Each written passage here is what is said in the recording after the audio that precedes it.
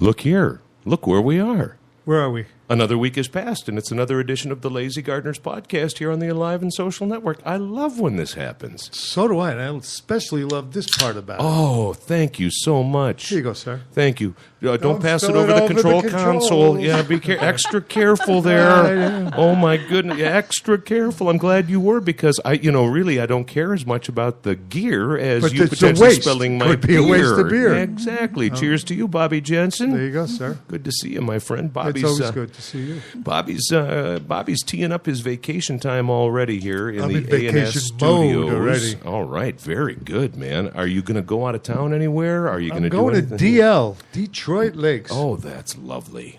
Just great. I've never been. Really? Never been. Never been to that No. lakes region of Minnesota? South of Detroit, but not in the Detroit Lakes Oh, area. you're going to like it up in that area. I mean, lots of lakes. Lots of lakes. And, when the glacier pulled out 10,000 years ago, it scooped out some good ones there. Oh, boy. True, yeah. I used to go, Minnewaska out there, Glenwood. That I've been there, Yeah. but I haven't done much on that side. But that's okay. It's a lake. It's summer, and I get to veg. Life is always good for one Bobby Jensen. Life will be even better for the week Shut it ahead. off, baby. It's Good shut job, Bobby. down. God, I'm always so happy when we have special guests joining us I in the know. Lazy Gardener and I don't studio. there's two of them, so I can do a lot less because I'm on my vacation.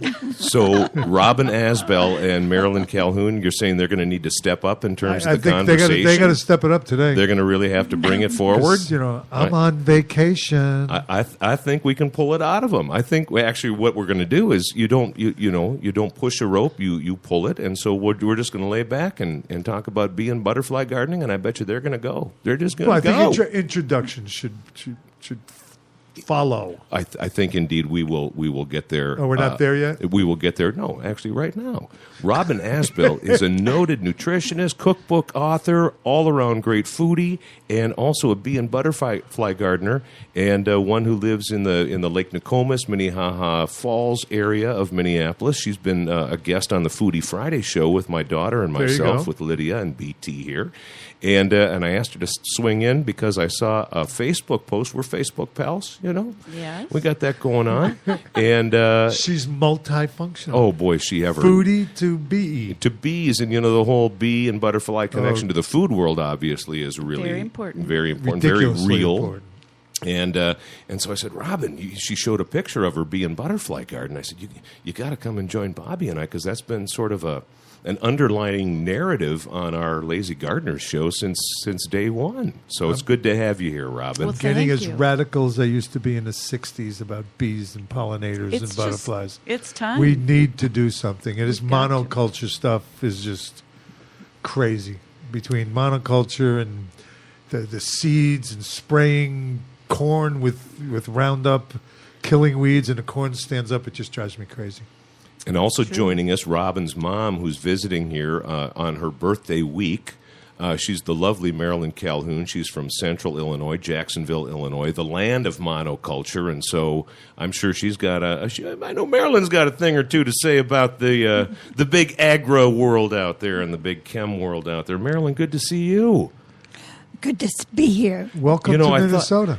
Indeed, when I reached out to Robin, I thought this will be a fun thing, I hope, because maybe it'll be a good memory for Marilyn. I certainly hope so. After the show is done, she'll say, "Who were those charming gentlemen, those lazy Oh, that's a gardener stretch. fellas?" And I know, I'm Right, just you're really- trying you're to it's a paint pipe dream, trying to pal. paint a positive Right. picture here, Bob. And I haven't even had a sip of my Blue Moon beer yet. But that she'd have a little special memory to take home and share with the pals in Jacksonville, and spend some time with her daughter here on the day before her birthday. Oh, How about it's my that? daughter's birthday today. And Marilyn's birthday tomorrow. It was Belinda's yesterday. Yesterday, Belinda Jensen, Bobby's Grow with Care pal on So on now, Care 11. and then Marilyn Calhoun coming up. 1, 2, 3. I'm a little confused here in that I don't know how Marilyn Calhoun can be celebrating her 49th birthday tomorrow, and then her daughter, she's only 12. 12. I don't get how that, but we'll figure out the math later. But happy day before your birthday here, Marilyn. Thank you. And thanks again for joining in with us here. So that picture that Robin shared, by the way, Robin's got a new cookbook that's going to be out soon. We'll talk about that a little bit, too, as we get into it. She's really into whole grain foods and vegetarian cooking and all just, healthful stuff. She's a nutritionist. Exactly. And so it goes to that whole healthful aspect of the bees and the butterflies and the pollinators. I have a and such. nutritionist. We'll talk later. You have a what? I have I go to a nutritionist. Do you really? I've lost 48 pounds in about 16 months. Yeah. I mean, I've known about the weight, but I didn't know you were, kind of dialing in. She taught me how to eat. Nice. Yeah. Very good. And I eat well. Are you still Good to getting? eat. You still getting some of your Italian favorites in though along the I way? get a lot of good Yeah. stuff in, All but the I stuff. eat smart, a lot smarter than I used to eat. It's changed my life. Yeah. Do you just feel better? How could you would- not? Yeah, I mean, that's right. the whole idea. I'm alive more. I've got more energy. Exactly. It's a good thing. Yeah, good on you. We'll talk. Healthy eating. Can't beat it. Really, it really boils You'll down enjoy to your that. life. There you go. He gave up hamburger helper. Well, I didn't say that. There are. It's portion control when It's it comes now- to it's the now- to bu- the box food, I guess. It's Buffalo Helper now, so it's more nutritious. Robin might remember this when Lydia and I do the foodie show. We ask the foodie Friday 5. We ask the same 5 questions of our guests every week, and we always, what's your guilty pleasure food? And I can't tell you how many times it's stuff. It really is like, hamburger helper or Boxcraft macaroni and cheese. Things like it's always that guilty processed food. Now, if you have a little bit of that every now and again, if it satisfies your Jones. That's You can't okay. deny yourself. You can't deny yourself. You deny yourself, and nothing works. But indeed, if you make that the regular habit, that's not That's a going to bad work thing. for you. But That's once in a while, a little taste. mm-hmm. But let's talk about your garden. Tell me about your garden. Well, it's funny. We had a back corner of the yard where we had tried so many things over the years, an asparagus bed that failed and raspberries that went crazy. And so we went to a wonderful seminar over at Lake Nokomis, put on by their master gardener, and her name is Vicki Joy Bonk. And she's put in a 4-acre monarch sanctuary over at Lake Nokomis. And every September, they have a monarch festival, which they're having at September 12th. Oh, that's cool. But so we went to the seminar where she had actually brought a collection of plants that you could purchase as part of the class with the proper balance of the milkweed and the different flowering plants, the native flowering plants that the bees like. And so we just decided we're just going to tear out the whole back and the whole front, and redo it as the butterfly and bee. So last summer was a lot of digging. So a lot of digging, a lot of planting. So it's only a year old. Yeah. We put it in last spring, and it flourished, and so this is the first year it's just booming. No, it's got wait two more. Wait two more. It's gonna be spilling out. fabulous. Yes, it's wonderful. Sleep, leap, and creep. Or sleep. The order of the plants: sleep, creep, and leap. So that's why, like you're saying, once you get into that second year, boy, they're really going to start taking There's off. a lot of seed going to be down there. A lot of free seed. Yeah, free the extra stuff. I'm just astounded that being the bee and butterfly fan that I am, and I love the monarchs, and we're seeing, I think, more of them this year than I can remember seeing the last couple of We were years. talking about this Yeah. morning. Hopefully, I mean, around my house, I am, hopefully we had something Yeah. to do with that because Yeah. we had that big monarch madness, whatever they called it, on Care. But we gave away 11,000 packets of The seeds. Milkweed. Yeah, The milkweed. seeds. Milkweed. Okay, yeah. I don't know. I've seen a lot of them too. But I think this new the butterfly highway that they want Yes. to do, that would be great. The corridor on either Well, side of it's 35. It comes right from there to here. Mm-hmm. And the awareness, I think, is really getting raised about the neonics, the plants, and that you shouldn't buy these plants at the big box stores that are already treated with something that systemically is going to kill. You think you're putting out this beautiful flower that the butterflies and bees can enjoy, and it turns out that it's killing them, Yeah. which is just appalling and obscene. And more obscene, I have resigned from the Minnesota Nursery and Landscape Association because there was a law that said you Yes. had to tell, and they fought with I don't know who or why that now the law in Minnesota is they don't have to tell Yeah. you it's that. That just And came down like a I'm month ago, done- didn't I'm it? done with that. Yeah. I mean, I've been a member of that for the 25 years I've been in Minnesota, and I've supported them and given them free publicity and done everything. I'm over because that's not right.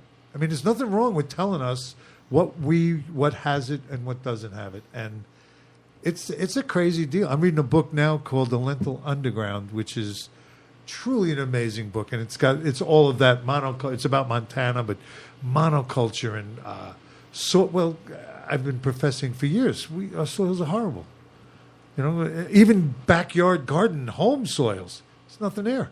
If you don't fertilize, you don't get any plants. That's because we've killed off everything in our soil.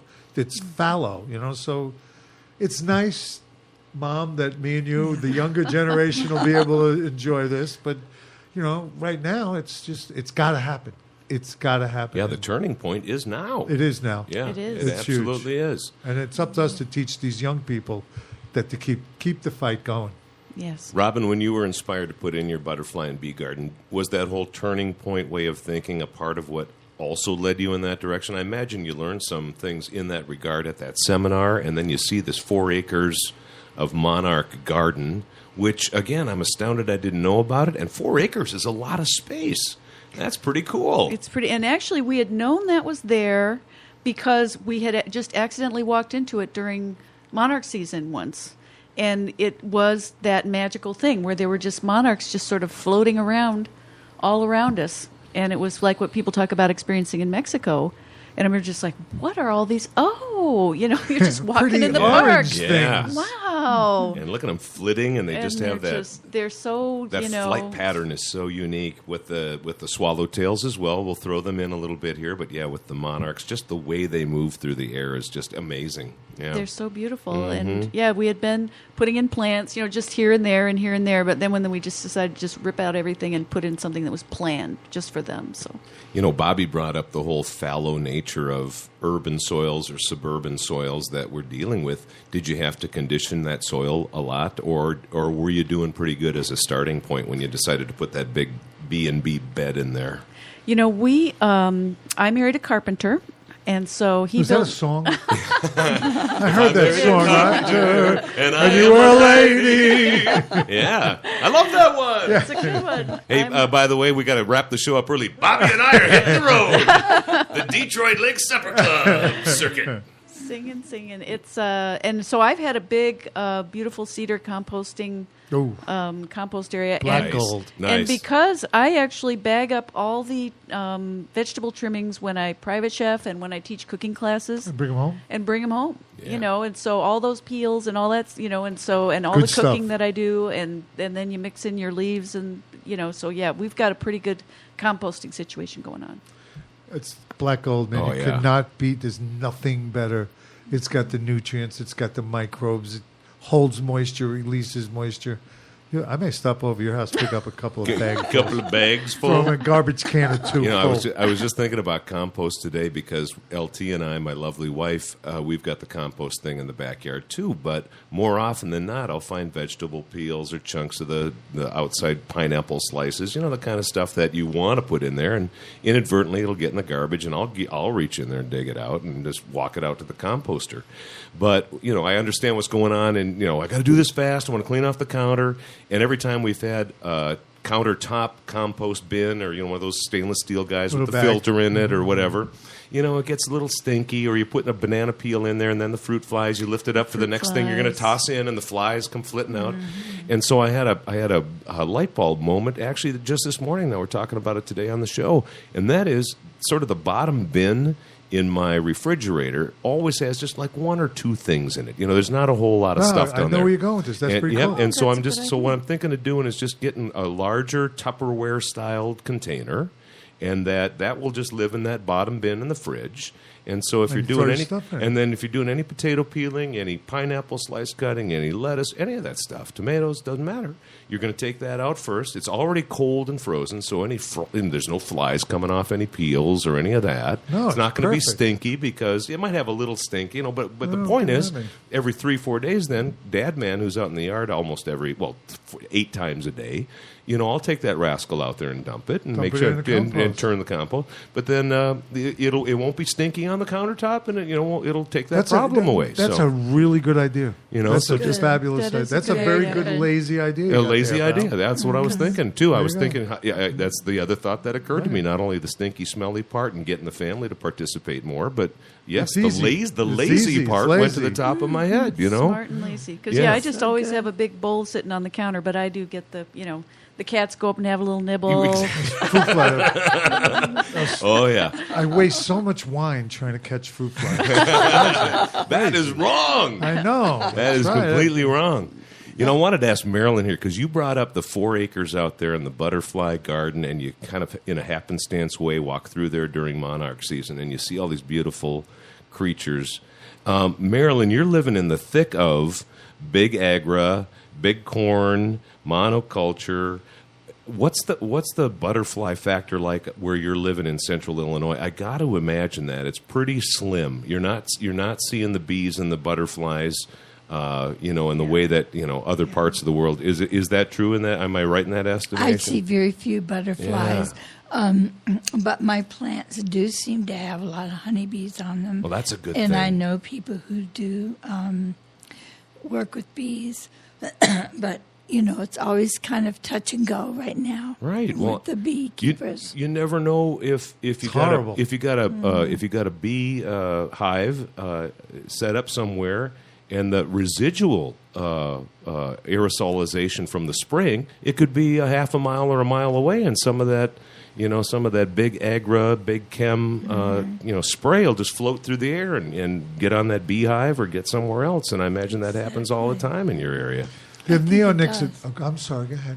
No, I think it does. Yeah. I have a friend who, if he knows when they're going to spray, he waits until the bees are inside. Oh, there you go. And then covers, And then covers the it. beehives Yeah. at night. And keeps them in there for a couple of days.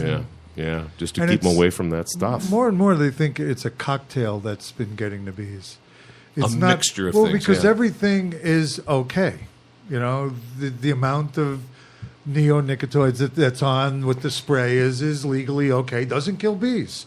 That's true. And the amount of the fungicide doesn't kill bees. But what they're finding out is when all of these things get in that melting pot of togetherness, that's what's doing it. That's what's causing the colony collapse disorder. It's Yeah. just it's an amazing.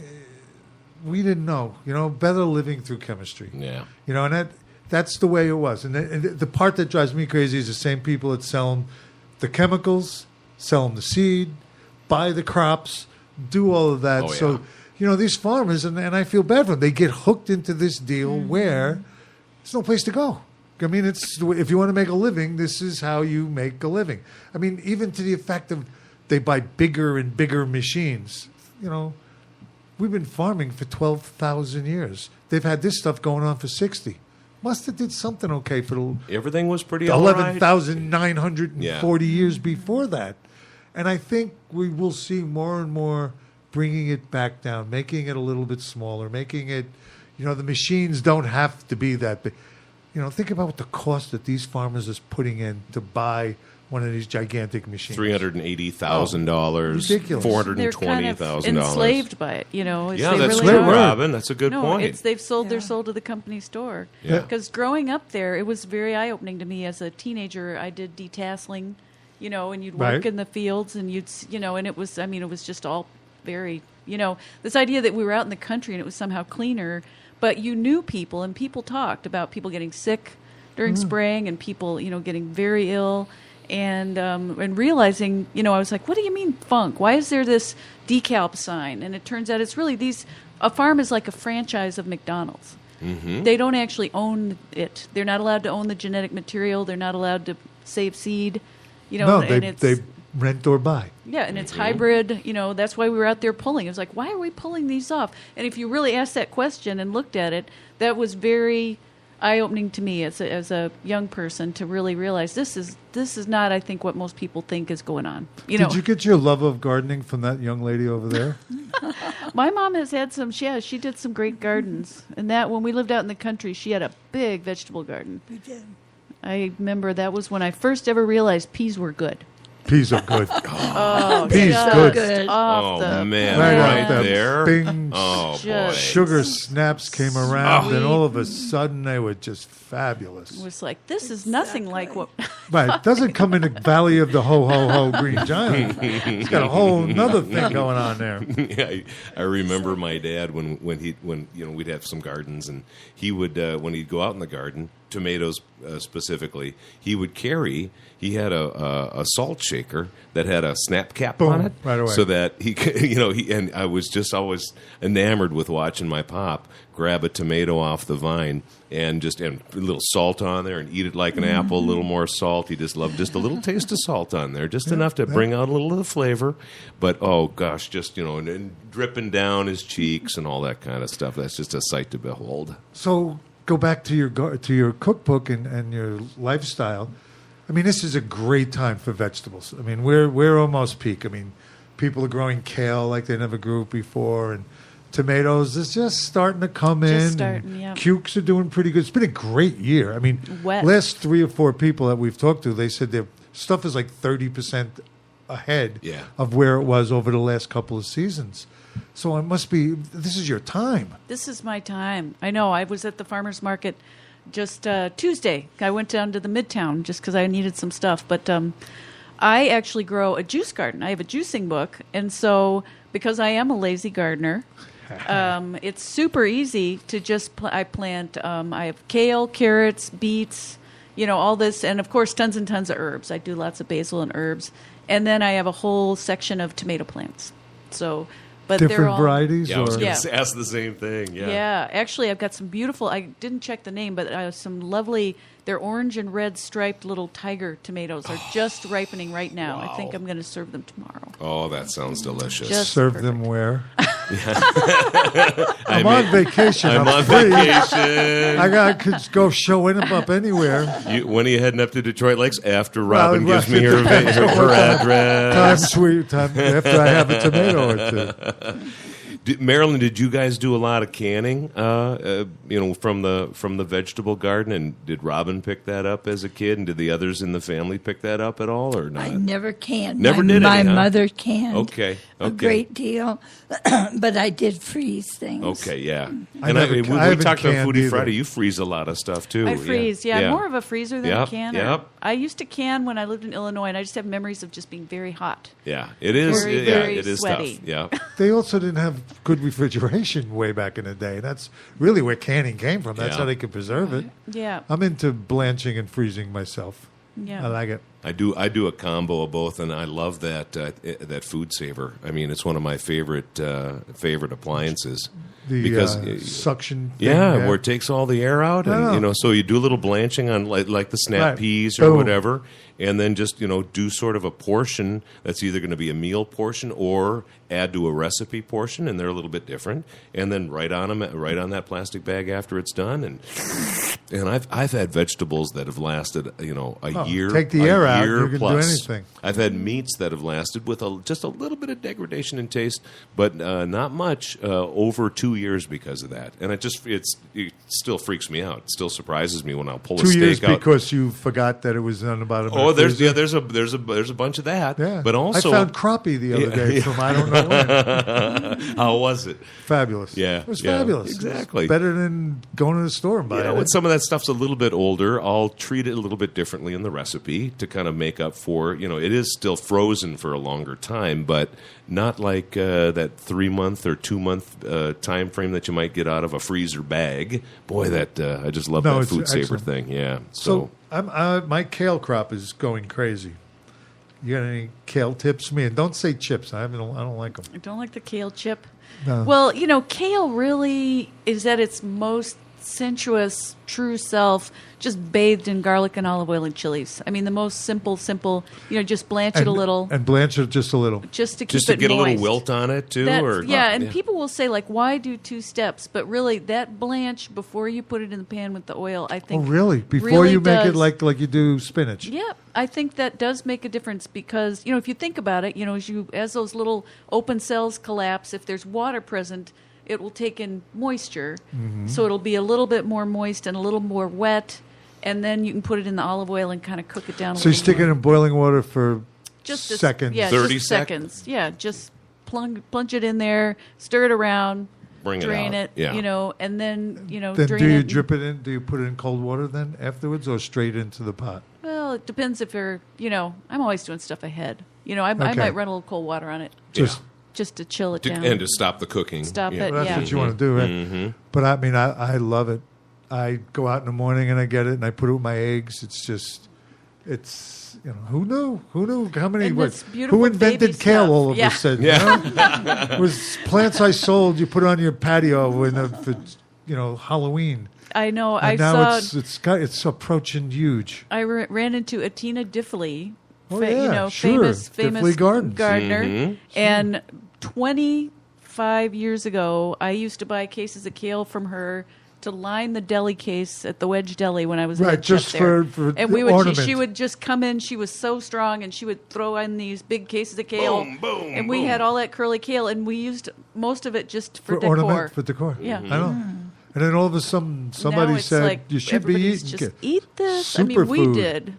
Oh, it is a superfood, but I want to see if you can help bust a myth here, because I've been reading a few things lately about kale, broccoli, and other things, saying allegedly that these plants specifically pull more of the heavy metals out of the soil. Blah blah blah. Truth or not truth? I've been following that because that's also, and there is some truth to that. That, like, say, brown rice has turned out that that's pulling poison up from this. It's what is Cadmium? the minerals? Yes, Lead and cadmium is what I read and about it's- mostly. Yes, Yeah. and so that is true. And so you have to be careful with the brown rice because the bran layer is what takes it up. But this thing with was this one story. So I've read a So scientist if you get looked at that. let me ask, if you get a polished brown rice, then you're better off. Is that what you're saying, or No, brown rice. Actually, the brown rice from the southern United States has the most. Okay. And then it's a little bit better in California. And then from other countries, they don't have so much for some Okay, reason. all right. Because And they it's- probably don't put the stuff we They put in did. our It soils. it's arsenic. That's what it is. Arsenic, okay. And part of it was that they feed arsenic to chickens in little tiny doses in the feed because it's preservative one or of the something. weird things they do Yeah. to chickens, All right? right. Like the antibiotics, and so it's in the poo. Which is And great then, fertilizer. And then that's used as fertilizer, and Okay. so you end up with arsenic buildup in the soil. And it persists. It takes it's- years and years it's- for arsenic to break down in It the is soil. Yeah. mineral, so you can't, Yeah. or whatever. It's an organic. So, what they say is cook it more pasta style with lots and lots of water. Okay. And other than that, and little children should not eat tons and tons of brown rice. They should Okay. only eat it maybe once a week. Okay.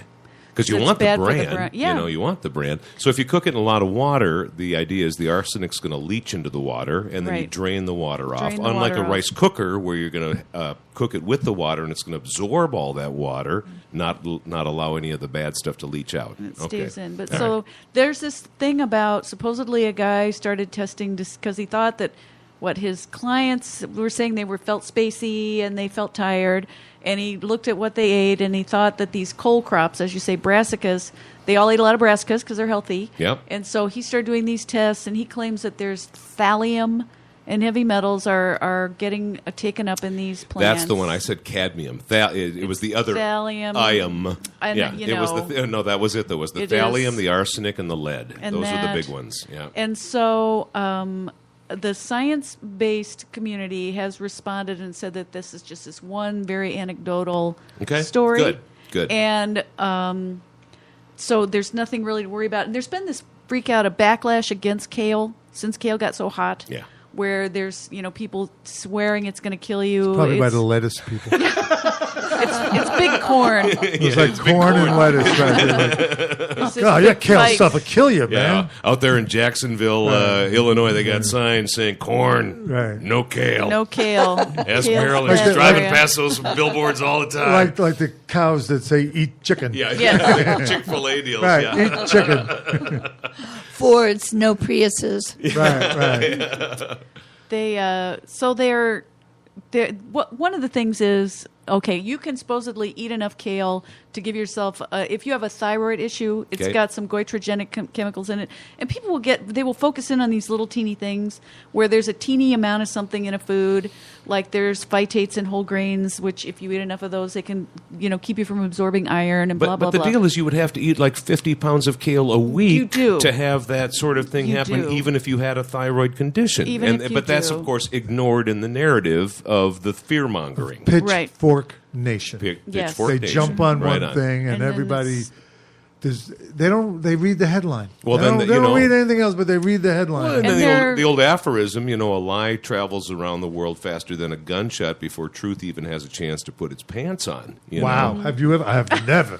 See, this is what I mean. You got to watch it because sometimes He's taking that Mark Twain thing Right. and he's running He with it. And by the way, I was rafting Oh, no. down the river, and let me tell you. So somebody I guess once ate if you ate like 4 bushels of kale a day, you could make yourself sick. But you could make you eat 4 that would- bushels of anything. of anything. But you could. That's not eating. That's a mental illness. Right, exactly. You eat 4 bushels of tomatoes a day and you puked. You know- no Well, kid. okay, yeah. You can drink enough water to kill yourself. It's You not. can do that. Right, You know, yes. True. and so people will latch are onto these stupid. things, and it's just a balanced diet. There you go. Eat Moderation, things in moderation, and and anything. portion Just, control. you Cook them know- right, cook them the way you're supposed to. Even if you get the brown rice from Alabama or whatever, just if you have a preparation method, that'll work. It goes to the whole thing about eating local or making sure that you're trying to do your best to eat local. And if you can't, depending on where you're shopping, just ask. The whole ask thing. If you're buying brown rice at the farmer's market or even at the grocery store, where's this from? A lot of stores just ask. put the labels up. Yeah. Whole Foods, I think, tells you where it comes from. Yeah. Tells you right on the label, right on their little sign up. It'll say, "This is where it comes from." Which Source. goes back to this narrative that you brought up with your disassociation with the Minnesota Landscape Yeah, I hate Association, them. because just let us know. And the same thing, Robin, and I know you'll echo this feeling. Just if there's GMOs here in that grain, just let us know, and then we can make a choice as to Why whether hide or it? not. Why are you hiding it? Let your freak flag fly. Yeah, Be baby. proud. God, Exactly. there's a lot of tunes going on in my head. Freak flag, fly. I'm glad I'm going on vacation. It might just be the beer right now, Bob. Oh, okay, Yeah, okay. It could be the beer. And I'm a little confused about GMO right now because I don't know if it's the GMO that's the problem or the stuff they get to spray on a GMO. Right. That's the more of my issue. I mean, they splice a gene, and okay, I don't know if that's good or bad. I'm not a scientist, but then they splice the gene in there so I can spray Roundup all over everything. Yeah. The no-till deal, which the government gets behind because no-till is no dust bowl, no losing of the topsoil.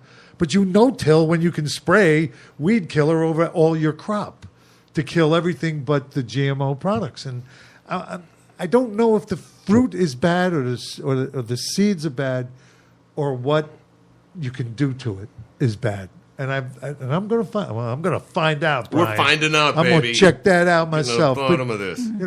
Like I said, I'm reading a book called The Lentil Underground. I just finished Tales from the Hive about the bee problem. I'm getting crazy, girl. You're going to see me out in the street one Well, of these days. and let's lead into this for a moment. Robin's upcoming book is called The Whole Grain Promise. It's you all go. about eating, healthful whole grains, integrating them easily into your diet, whether it's a stew, whether on the front cover. I looked at Robin. I looked at Robin's book cover, and she brought the one copy that the publisher sent you in advance. And I said, "What's in this bundt cake?" And there's this lovely raspberry.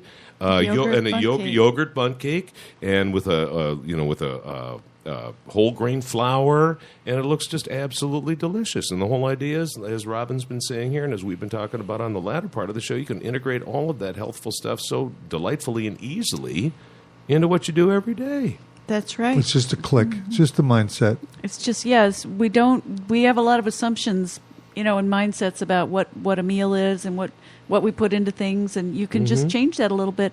It's not that hard. Okay. And you're I'm right; gonna- it is just a little bit. I'm gonna It go really isn't somewhere that now. much. You ready? Yeah, I'm ready. Talk to me about gluten. Oh, gluten. What's your opinion on that? I loved when you said that, but I understand celiac, and I actually know a person that actually really has it. Right. And which, Robin, will you say 1 to 2% of the population has some sort of celiac thing? You know, I've just been completely immersed in this subject, actually. Oh, I just good. came from a big whole grain summit. I was out in Portland and talking to some of the global experts on the topic who had flown in from Europe. And so, Cool. yeah, right now, I think it's maybe 3% max of the population could be celiac.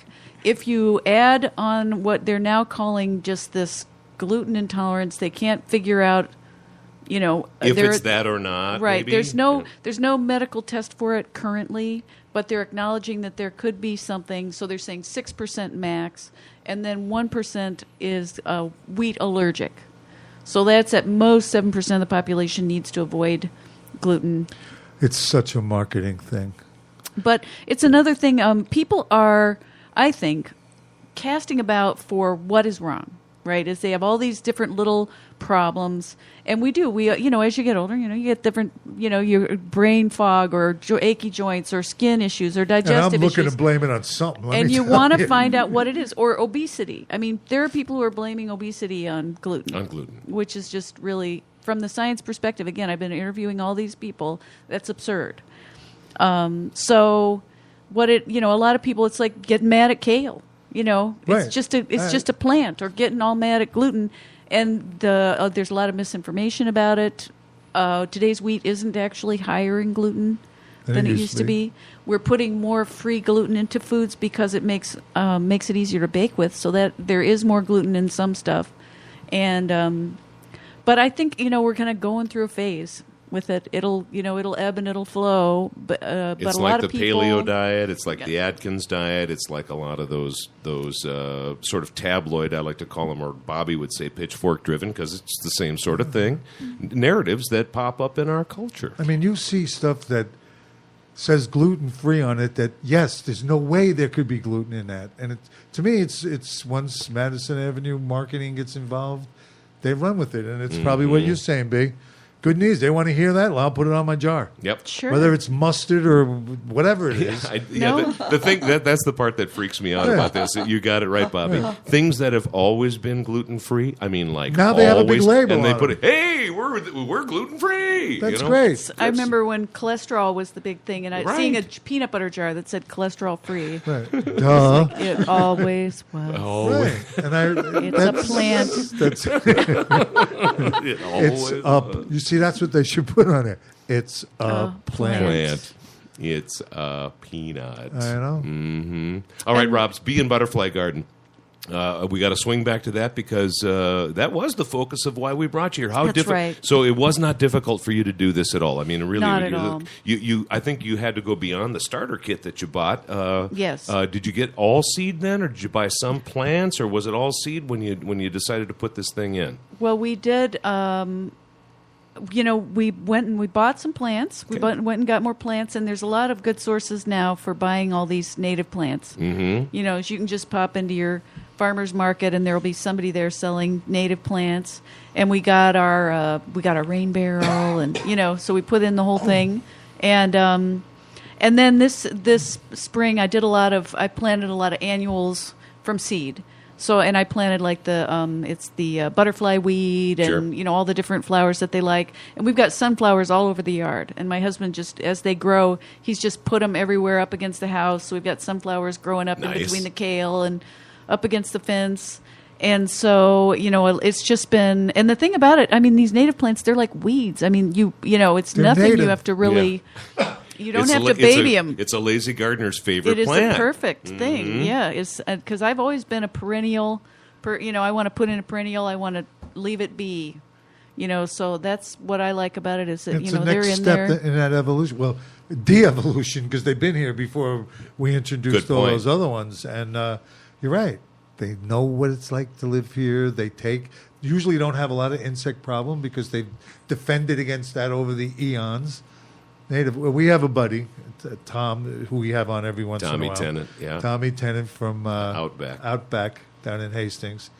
He's been doing it so long that he's the grandfather of this whole thing. When Minnesota, we always make fun of him, saying, he was doing it when it was uncool. Now he's hip. There you You know, go. he went from the same guy, but now he's very hip because everybody else has caught up to his philosophy of a long time ago. Robin will appreciate this. Tommy's freak flag has been flying Oh, for many, his many freak flag years. is- Fly that Man, flag. years. His- He unfurled that rascal long ago. Yes, and he can't put it back in a box. He can't do that. It's stuck up at the top of the pole now, and that's a good thing. So any special, any time you're waiting for a harvest, any vegetable coming up that you specifically enjoy? Well, besides tomatoes, of course.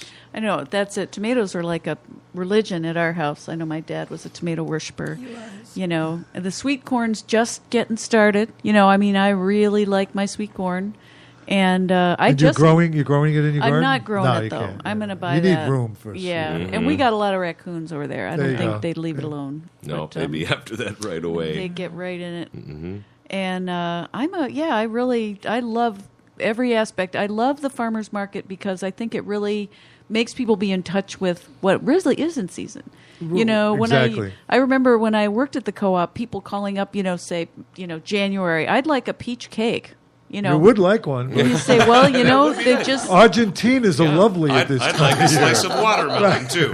and having this discussion, with the woman who just couldn't believe me that, we couldn't get her, a fresh peach. Yeah. Organically fresh, homegrown from Minnesota peach in February. Here, and I just put up my tart cherries. I got my sour cherries and I pitted those and put them in the freezer for some winter pies. And Pies then, and juice, yeah, jams. Yum.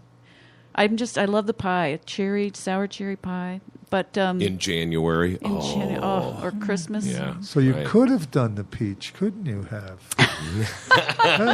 You got, if you want a frozen peach pie, I guess we could do it. We can work on it. But and it's just, I love the seasonal aspect of it. And I remember, different years, if there's hail at the wrong time, you'll get You'll lose something, no right. plums. Mm-hmm. There will be no peaches. I'm very excited about, I love the luscious pear. I love the luscious pear. Do you know that variety? I know the variety. Oh, I just think those are the best pears I've ever had. Aren't they very hard? No. No, I they mean, are? when they're just perfect, they Yeah. are the most luscious pear I've ever had. They're And a little good- russety. And good for baking too. I mean, some are eaters and some are bakers. It's an eater. It's an eater. It's Okay, an eater. got it. Yeah, I like what you said about learning to eat what's in season because then your palate changes. Yeah. I mean, it's what's coming up, what's coming in, what's done.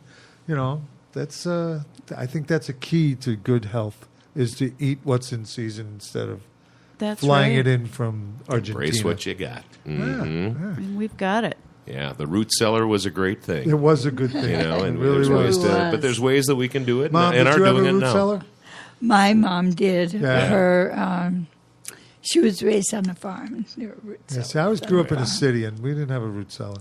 We had a coal bin, but we didn't have a I'd sure like to have one. I mean, I think that'd be cool. Just a small little crawl space with that dirt and that sand back there, and just 40 degrees 40 degrees all the all the time. time. Mm-hmm. Yep. I've never built a house, but I'd like to. I'd like to do that someday. And if there's an opportunity to work that I think into we a could design, put a root cellar into that mountain you got in your backyard. yeah, we might be able to. Put a little- Yeah. little trap door on the side. We could do that. I mean, if you could dig out of a Mexican prison, we could certainly do that. He never told you about when he was in a Mexican prison? my sordid past often makes its way apparent on the Lazy Gardener show, and it's time No, to. but you have a hill. You have a lump. Yeah, there's something we could do back there. Will you help me dig? I could be- I I got I Oh, know, all I'm beer. a really good. I'm a like a. You're good at supervisor. Yeah, I'm a good manager. supervisor. You could be Double one. as a bomb shelter. There you go. Right. So you, Survival find, stuff. you can't even find bomb shelters anymore. You know? Poured concrete? No, I just want dirt. It'll Right. be fine. Dirt. Dirt and beams, timbers. It'll be good. But It'll that's be good. great. Your new book looks fantastic. Well, thank you. When will that be out, Robin? October. Okay. It's called The Whole Grain Promise. I'll be around doing all kinds of events and stuff with Right it. on. Well, come back and Well, visit we'll have us to on have our you show. back in Yep. October when people can buy it. Yeah, I would love to. on our show We'd here, love and to. then Bring Mom if you're in town again. Yeah, hopefully Marilyn will be back. You know, Very come on good. back. October's my favorite month in the great state of Minnesota. It's God, I not a love bad October month. in Minnesota. Wonderful. Yeah. Well, in the beginning of September, I'm going to a real destination for gardeners, actually. Have you heard of Rancho La Puerta Spa? It's No. down in the Baja in Mexico, and they have a incredible organic garden there that's been there for, I don't know, 40, 50 years. Wow. It's the oldest spa in North America, and people come there just to see the garden. And he composts, and everything's, biodynamic and organic, and they raise chickens and eggs, and so they have a beautiful cooking school there where all the food is from this incredible plot. garden. Yeah. And you go out, and all these nice, well-to-do people who can afford to go to the spa come, and we all go out in the garden and we pull. Whoa, some she said, food. well-to-do people. We all go out in the garden. I like that. We all I go. take them out there, and it's okay. really That's nice. better. It's and So you're teaching or giving I a course teach, or whatever? I teach a cooking class there, and I Nice. get to stay at the spa.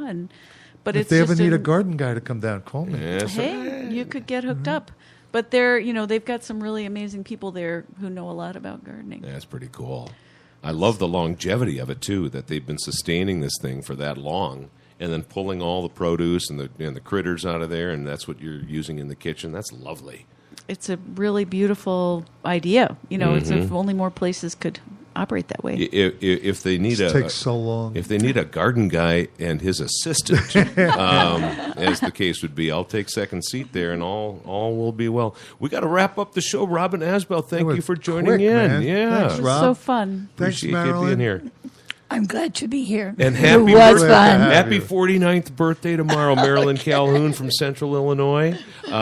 Come October, the Whole Grain Promise, Robin Asbell's new Hey, book Rob, will be out. anybody, do you have a website or something? Yes, well, robinasbell.com, and I've got a blog up there, and once a week I post recipes, and It's a goodie. last week I did smoked potatoes on the grill. Week before that I did smoked mushrooms on the grill. Mm-hmm. So I do a lot of fun things with plants. There you go. ASBELL, robinasbell.com. Look forward to the book. Take a peek at the website. And Bobby Jensen, you have a great week off, and I'm going to be gone the week after that. I know. So we're going to be gone for a little bit. Yep, couple of I'll bye miss weeks. you. I'll miss you too, Bobby. I'll miss you. I will text. I'll tweet you every day. I won't tweet. Okay. I don't. I'll I know. I text. get yelled at every week. Yeah. Hey, did you get your Twitter account set up yet? No. No. I'm Did your fighting Twitter it, account? Rob. No. I'm fighting Did your it, Twitter man. account? No. I don't. Such a time suck. I shut my phone off. People go crazy. Yeah. Well, I go home. I shut my phone off. I'll- And my kids go. I'll say to my kids, "It was my birthday. Well, didn't you check your phone? No, I want a phone call. can I just be a walking anachronism for one moment here? Right. Or whatever, you. whatever big word to use. Yeah. But thank you so much for coming. Thank you all for listening to one more of our shows. And the Lazy Gardeners. We'll see you again.